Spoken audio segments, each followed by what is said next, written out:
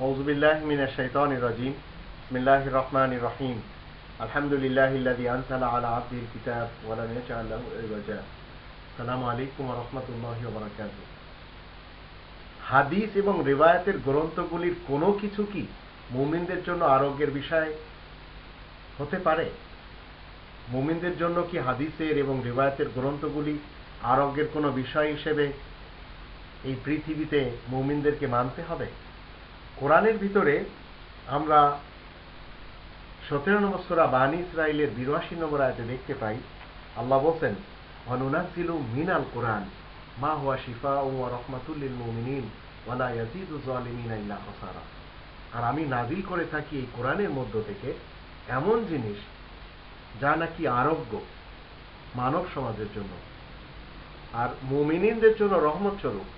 কিন্তু যারা জুলুম অত্যাচারকারী তাদের শুধু ক্ষয়ক্ষতি ছাড়া আর কিছু বৃদ্ধি হয় না এই কথা শুনলে। জালেমদের ধারণা হলো হাদিস এবং রিওয়ায়াত যেগুলি সেগুলিও মানব কল্যাণের গ্রন্থ। জালেম যারা তাদের ধারণা, অনেকের ধারণা হলো ফিকার গ্রন্থগুলি কল্যাণের গ্রন্থ, অনেকের ধারণা হলো ফলসফার গ্রন্থগুলি কল্যাণের গ্রন্থ, অনেকের ধারণা হলো ইতিহাসের গ্রন্থগুলি, বালাগাতের গ্রন্থগুলি, সিরাতের গ্রন্থগুলি মানব কল্যাণের গ্রন্থ। কিন্তু মুমিনদের জীবনে এগুলির একটিও দরকার নেই।